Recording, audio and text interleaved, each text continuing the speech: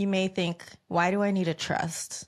I can just name my kids directly as I might not have a beneficiaries. house or something like that. I can just list them all as beneficiaries. Yeah, I could list them as beneficiaries. So what do you think your 12-year-old's going to do if they directly inherit 10 grand? I think that's going to be like a really good payday for Or them. 16-year-old, like getting Or up a little bit. 16. Oh my All right, God. Yeah. 17-year-old, they just got $20,000. Whoa. Yeah, or Let $1 me million. get that car. Yeah. Or $1 million.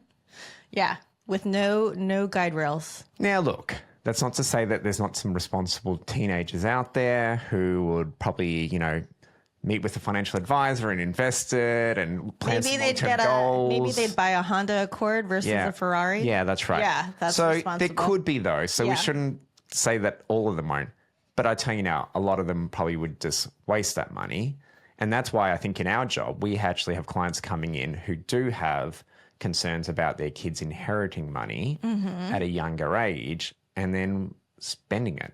Yeah. And so I like to kind of think of it as like putting up bumpers in bowling. Yes. So you probably, you get to control a little bit. This is controlling from the grave. Controlling from the grave there. So at least you're going to get a pin, yeah? Yeah. You're going to get some of the wishes that you want there. So in a trust, you can designate various restrictions and you can name another adult, a trusted person to manage that money that your kids might inherit from you if they're too young, right? So you can put age-based restrictions, for example, like 1/4, they get 1/4 of what they inherit directly at age 25, then age 30, age Up 35, to a certain amount or whatever, something like that. Or you could put carve-outs where, they can have a certain dollar value or a certain percentage of the assets for instantly for a down payment on a house, or some of them I've seen people do academic ones like X amount of money for. You can tell that trustee, that trusted person, like, hey, this is meant to,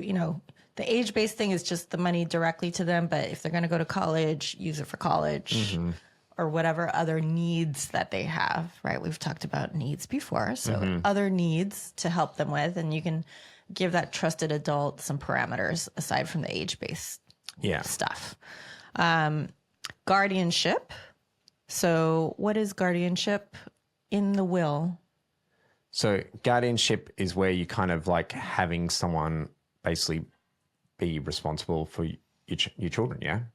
So naming a backup guardian in your place if something happens to you. Now, but keep in mind though, if you are married / were married, and you do have minor kids, unless your ex is an ex-murderer or has some other extreme exception, there's going to be a strong case that it's going to default to your ex there. Yeah. Okay? Yeah. Doesn't mean that obviously maybe your parents who might be still living or something like that can't have some sort of custody and stuff like that. But I think that's why I like to think of always trying to have a good positive relationship post-divorce there, because it is important for that other part of the family to be involved in those kids' lives. Right. Yeah. Right. So you can always put a backup to the backup, right? So you can name other backup guardians in case something happens to your ex also. That's the good thing about a trust. You can just have trust and wills. So trust and wills, all these different layers Yeah. to these wishes. Like if this happens, then this